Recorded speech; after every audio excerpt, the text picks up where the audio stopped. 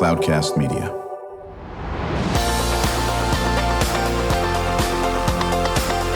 Drew Schlosberg Spotlight on the Community Show, amplifying the voices of social impact organizations, entrepreneurs, local nonprofits, and other community champions who shape the culture, creativity, and connectivity of San Diego. Brought to you by Mission Fed Credit Union, bringing good things to San Diego for over 60 years. Learn more about what is good for you and good for all by visiting www.missionfed.com.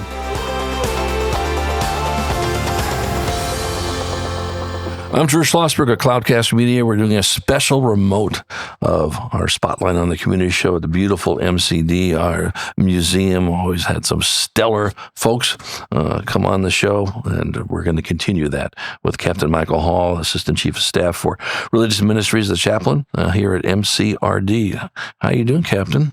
Doing great. It's good to be with you today. How long you been with the Marines?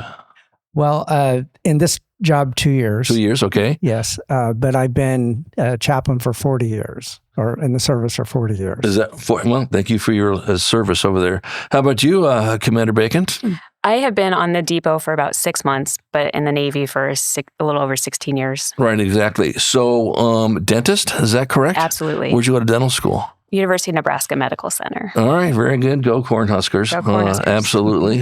Playing really well in basketball, but they lost a couple of games recently. We won't go in. We don't turn this into a sports show, even though Jim and I want to do that, actually. Joined by Jim Grooney. He is the community liaison for MCRD. Let's start with you, Captain Hall. Talk about the mission of what you do.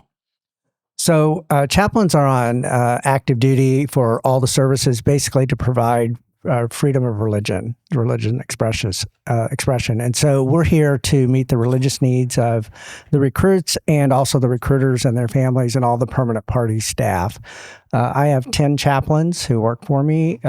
We have 6 here at the depot, 1 up at Edson Range for field training at the Weapons and Field Training Battalion, and then 3 out into the recruiting districts. And so our job basically is to care for people. And that's what we do best. And it doesn't matter whether they're religious or not. It's just what I tell people all the time is people don't come to me because I'm a religious person. They come to me because I'm the person who's supposed to help them. That's what they've been told. Go to the chaplain. They will help you. And so that's what we do. Right. And do you meet with them individually? Do you meet with them in small groups? Do you meet with them in big groups, or all of the above? Pretty much all of the above. Obviously, we do services. We do 13 services, different services every week here at the depot. Wow. We do individual counseling as they come to us. We teach classes on marriage relationships or suicide prevention, etc. So pretty much the gamut of individual to large groups. Right. And so you've been doing this for a while. As you mentioned, 40 years. What have you seen as the big change in your role in your relationship with the Marines? Or has there been? I don't think it's so much change in that caring for people is about caring for people. Right. The people the things that we see are different. The new generations change in what's important to them or how they communicate. So I've seen change in that way, but our job pretty much is the same. We just love people. Right, right. So, Natalie, when you were getting your dental degree and so forth in Nebraska, did you think you'd be in this position? I've always wanted to join the military. Oh. Back in 2001, my first year of college, I tried to join the Army after 9/11, and it didn't work out for some reason. So fast forward 8 years later, and I found myself commissioning in the Navy. Right. Now, did you practice privately, dental practice, or went right to the military? I went right into the military. Right, exactly. So tell me what you like most about your job, and are you expecting the recruits' teeth like on day 1, day 2, day 3, early into their recruit process or the process of training? I love helping Marines and sailors, especially with their teeth. And yes, we see them their first week of training. So during in-processing week, they come in 3 days to the dental clinic, and we have to provide comprehensive dental exams to over 600 recruits a week. Right. What thing do you see the most with these recruits, or is it all over the board? It's all over the board. I would say over 60% have significant dental needs that we have to take care of during our 13 weeks. Being significant as root canals or cavities, or I'm pretending I'm a dentist, for God's sake. You're doing great. Right. Maybe I should go to school. Is it all over the board again? It's all over the board. It's mostly very big cavities and wisdom teeth that need to come out. Everybody's favorite. Oh, my goodness. The reason why I'm laughing, Jim, have you ever had your wisdom teeth out? I have. Yeah, just before I came into the military, I had them pulled. So yeah, I've had that joy. Yeah, Smart man. Yes, right. Well, I had all 4 pulled on one day, and of course they were impacted. So it was like, it was a crazy experience. And so, are they out of commission for a while, or no? We just took out a few wisdom teeth and get right to it. Unfortunately, we only have 13 weeks to see them, so they get about a day to rest. But most of them are 18, young, healthy, so they recover pretty fast. Right. So when you see this, I mean, obviously your goal is to correct whatever needs to be done as soon as possible. How many folks work with you? We have about 30 dentists overall and about 60 technicians to help. So we're pretty busy. Right. And does anybody, I'm not sure why this is, for God's sake, and everyone talks about, I got to go see the dentist. Why was the dentist done anything to you, for God's sake, right? But it's a thing, right? It's a thing. Right. Or how do you alleviate some of that fear? Do you call on Michael to say, hey, can you spend some time with this person before we have to yank out some wisdom teeth? That might be a good idea. No, a lot of patients have a dislike of the dentist or a distrust just from probably a childhood experience. So I try to give a different experience because military medicine and dental doesn't have the best reputation. Yeah, and why is that? Everybody thinks it's better out in the civilian world. You get treated better, or it's fancier, but really we're pretty well trained here in the military. You are. Yeah, you go to the Naval Hospital in Balboa Park or up in Pendleton, and those are top-notch doctors, as Jim knows. My father was a medical doctor and performed that during World War II. So on the battlefield, which is a pretty intense aspect, as you could imagine, in that area. Talk a little bit about Spiritual Fitness Month, if you can, Michael. Okay, first I want to say I've had excellent dental care. So, was Michael a good patient? I didn't see him personally, so Okay. I can't attest to that. Okay, right. You can ask the other 30 dentists, right, about that. Were you a good patient, Michael? I'm a good patient. Okay, very I good. do what I'm told.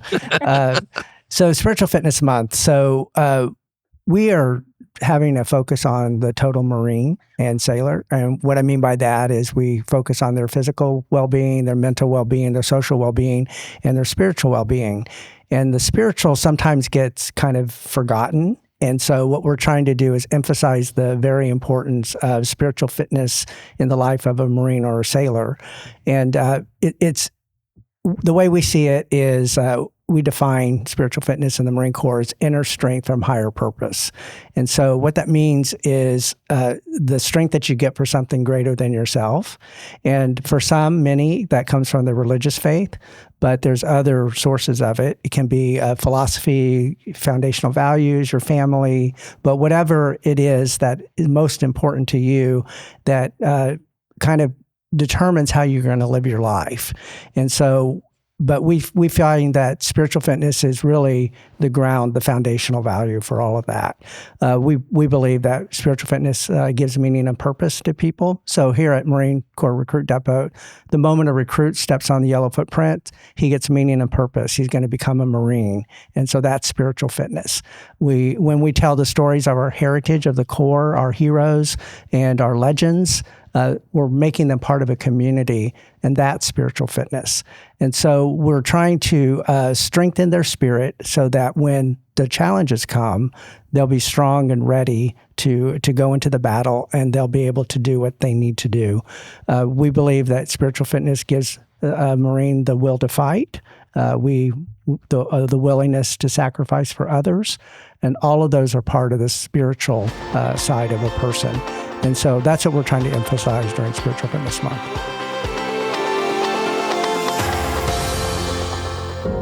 When you do your banking with Mission Fed, you get great rates on auto and home loans. That's good for you, but something good also happens for a lot of other people. We're not for profit, so we put money back into the community to help lots of great nonprofits to keep San Diego strong. So you're not just getting something good, you're doing something good. Come to Mission Fed. It's banking that's good for all.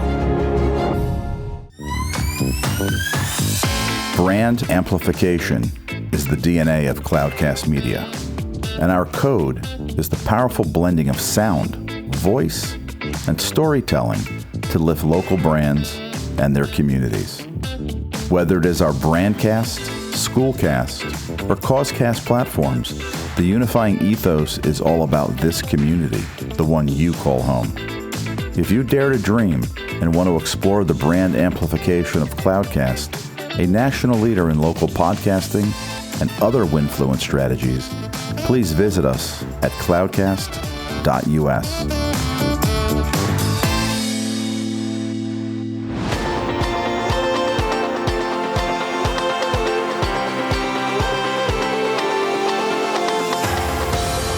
We're chatting with Captain Michael Hall, Assistant Chief of Staff for Religious Ministries and Chaplain at MCRD San Diego, joined by his colleague, Commander Natalie Bakan, Officer in Charge of Dental Detachment. I'm Drew Schlosberg of Cloudcast Media, listening to another edition of the Drew Schlosberg Spotlight on the Community Show. Nation's longest-running community podcast. We're in our 20th year, brought to you by Mission Fed Credit Union, 6 decades of doing great things for people living in San Diego County, joined by my colleague and Michael and Natalie's colleague, Jim Grooney. He's a community liaison for MCRD. Jim, did you take advantage of the chaplain services when you were in the Marines? Maybe not direct counseling. I had other ways to find it, but I would certainly go to services. And I always knew that if I had a Marine that was having trouble, needed somebody to talk to, the chaplain was the first person that you would send him to. Right. And the question for actually both of you on this, maybe it pertains a little bit more to Michael, but certainly Natalie, weigh in on it. We've been doing this Spotlight Show for, 20 years, but never have we seen so much from our guests on the anxiety level of the world that is off the charts. We've never seen it before, especially with our young folks. And of course, a lot of the folks that are young that come through your area. How much of that do you see, Michael, that's maybe different than it was 10 years ago? And how do you help with that anxiety level? I think that because of the nature of what we do here, anxiety levels high all the time. Right. So we see recruits from the moment they get here.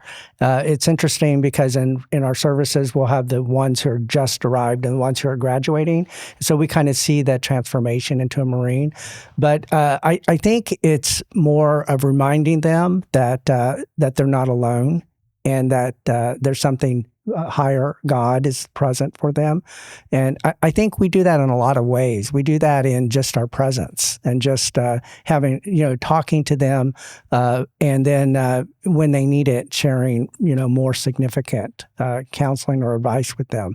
But the thing about being a chaplain, I think, is that's most important is what we call a ministry of presence. And just being there.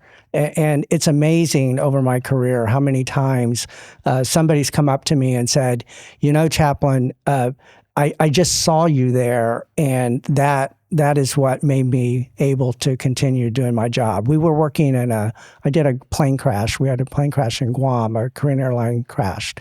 And I was working in the morgue for that. So I'd work all day, and in the evening, I was going to the morgue where they were identifying bodies, et cetera.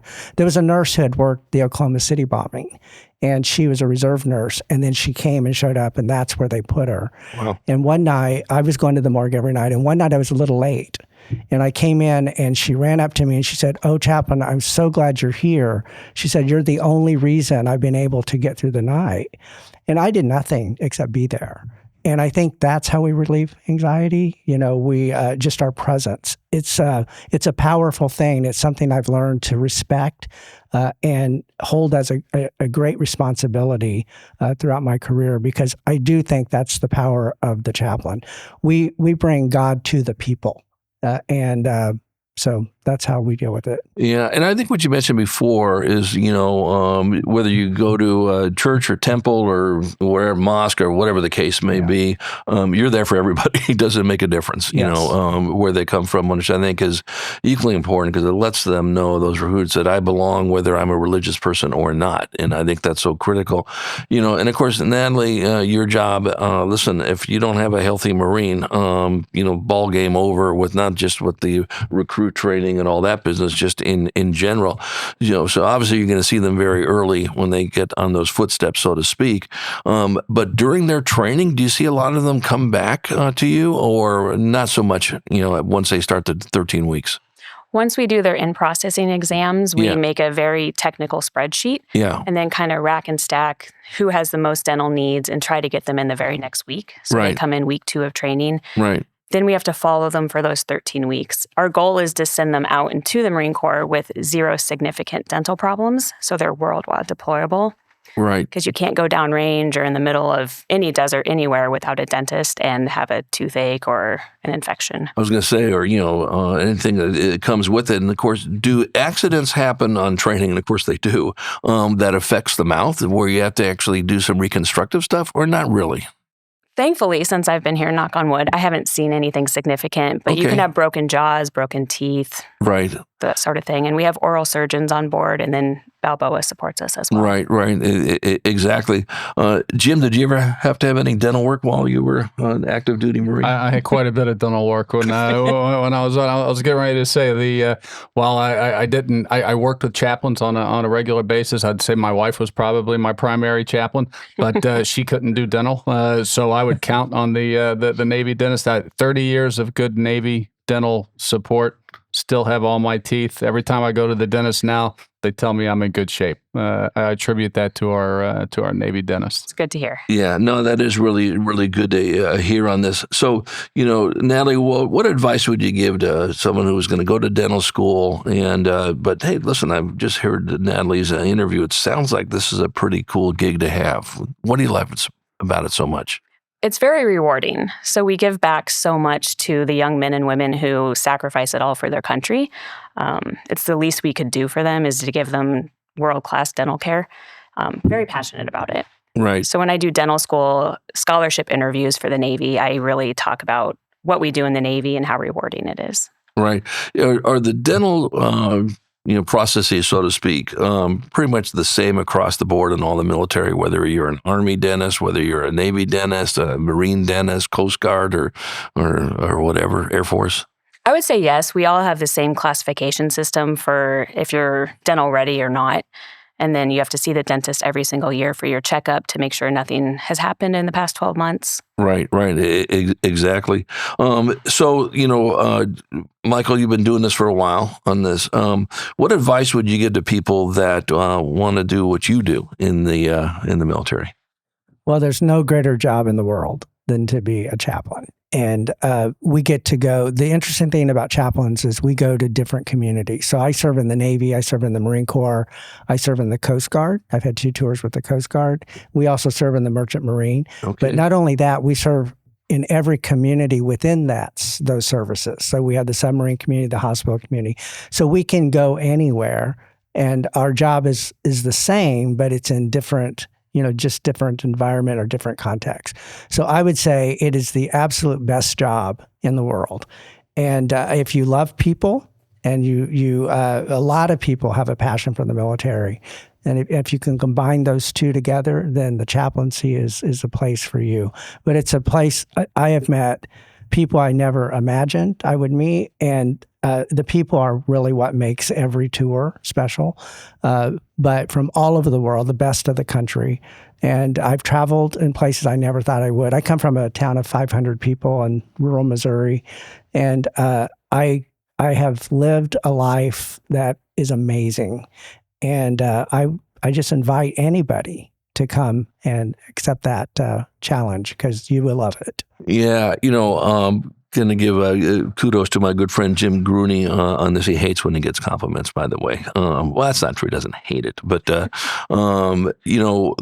theme of the folks that have been on our special remote today and the one we did previously, you guys love what you do. You love what you do. You're good at what you do. You're passionate about what you do. I mean, my goodness, does that not make a great, colleague in all that business? I think that's terrific. Have you ever been on a submarine? Only for a tour. Chaplains don't go on submarines. I was going to say, Yeah. right, exactly. Yeah. I can't imagine that they would do that. But they're out there on the battlefield, are they not? Yeah. So they accompany every battle group that we have. I was on a cruiser, and we had submarines within our battle group. Yeah. Right. Natalie, what do you say some of the challenges are that face you and the other dentists, or are there big challenges? I would say the big challenge is staffing. Sometimes we're a little short-staffed, which puts a crunch on everything. Just time in general. I wish there was more time that we could treat patients, and then money. Yeah. Funding. Right, exactly. And with that, but the recruit you're getting is certainly no pushback at all on what, because you're helping that person, correct? I would say the recruit depot or a boot camp is very unique in that patients generally want to come see us because it's a quick break from training.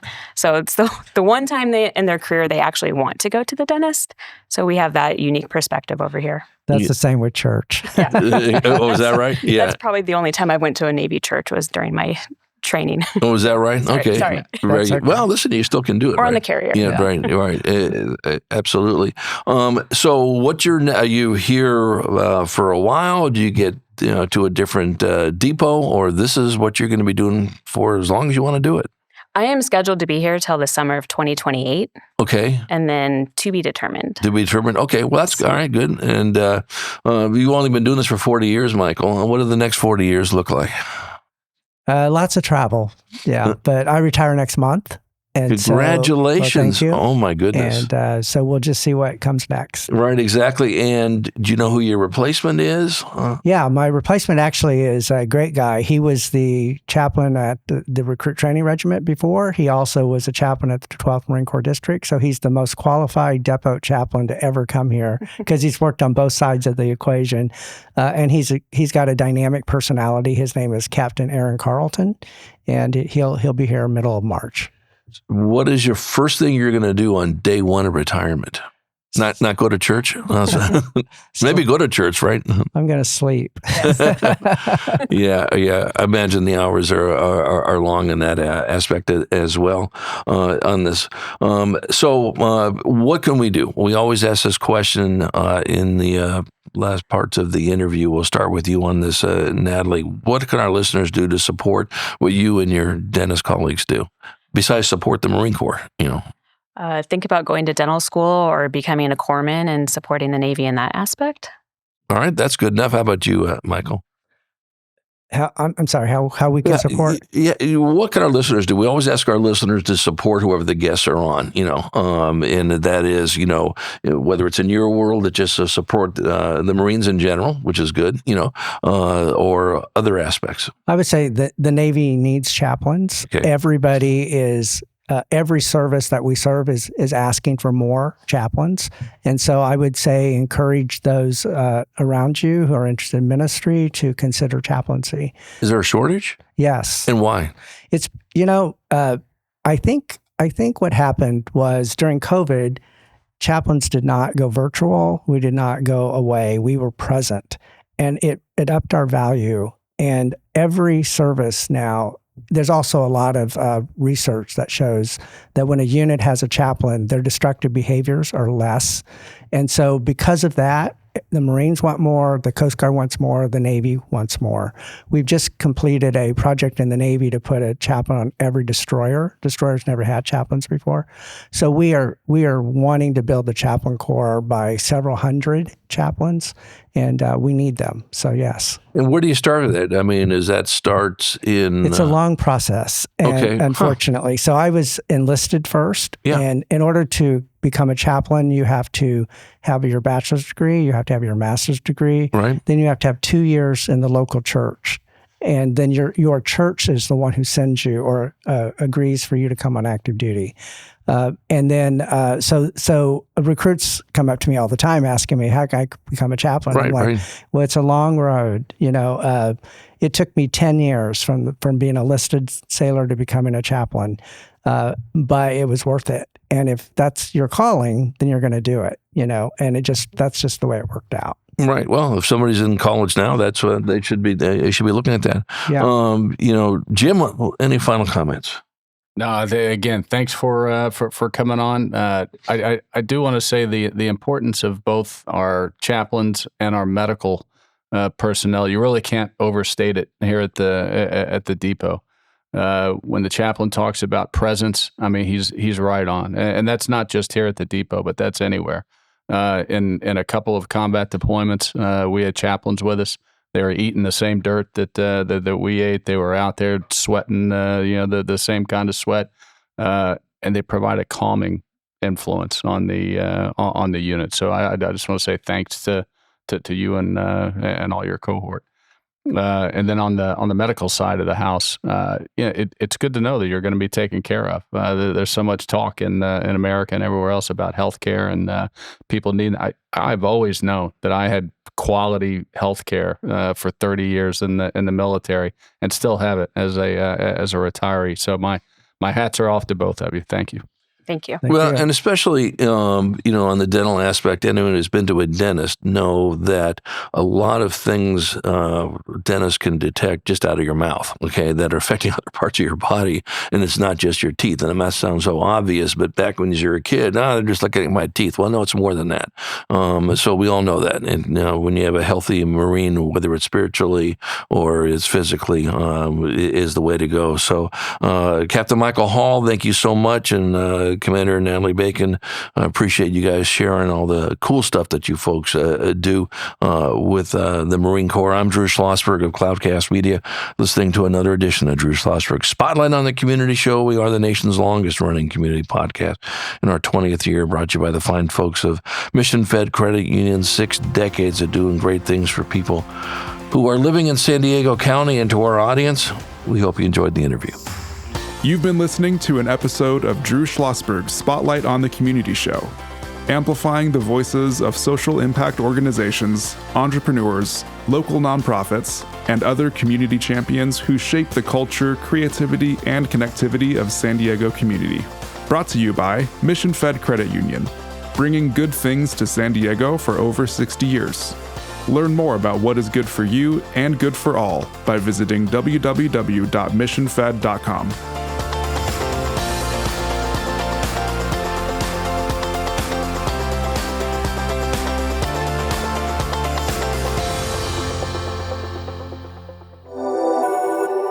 Cloudcast Media.